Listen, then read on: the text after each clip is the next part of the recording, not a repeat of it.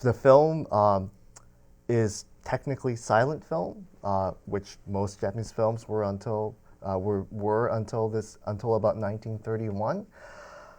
But in fact, film historians of Japan would always remind you that even in 1920s, Japanese silent films were never silent. They were usually accompanied by a band and also by this figure called silent film narrator, who would stand in front of the film audience, talk through the entire story of the film, sometimes make up dialogues of the characters who are being shown in the film.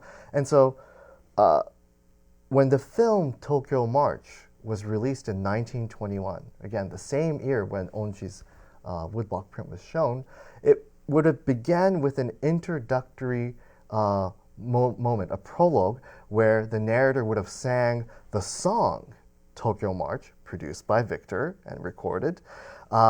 Maybe they would have actually, later on, they would actually simply use the phonograph recording to play at the very beginning of the film in front of the audience.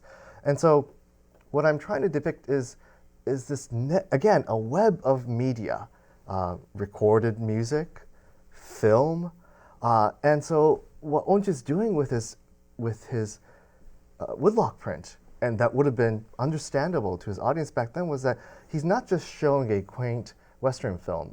I would suspect that the woman could very well be a Japanese woman, in fact, because Japanese film industry was very big by this time.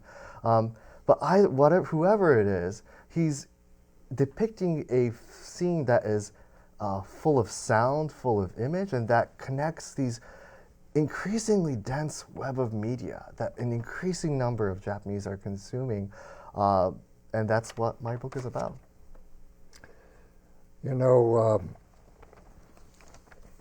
just for reference for anyone who wants to really explore these matters, you mentioned the filmmaker Mizoguchi.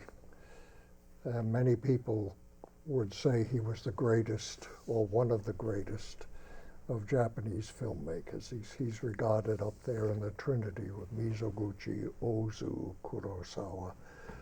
And be well worth your while if you want to explore outside the MOOCs to just go back and look at those old films. Most of them can be found with English subtitles now. Absolutely.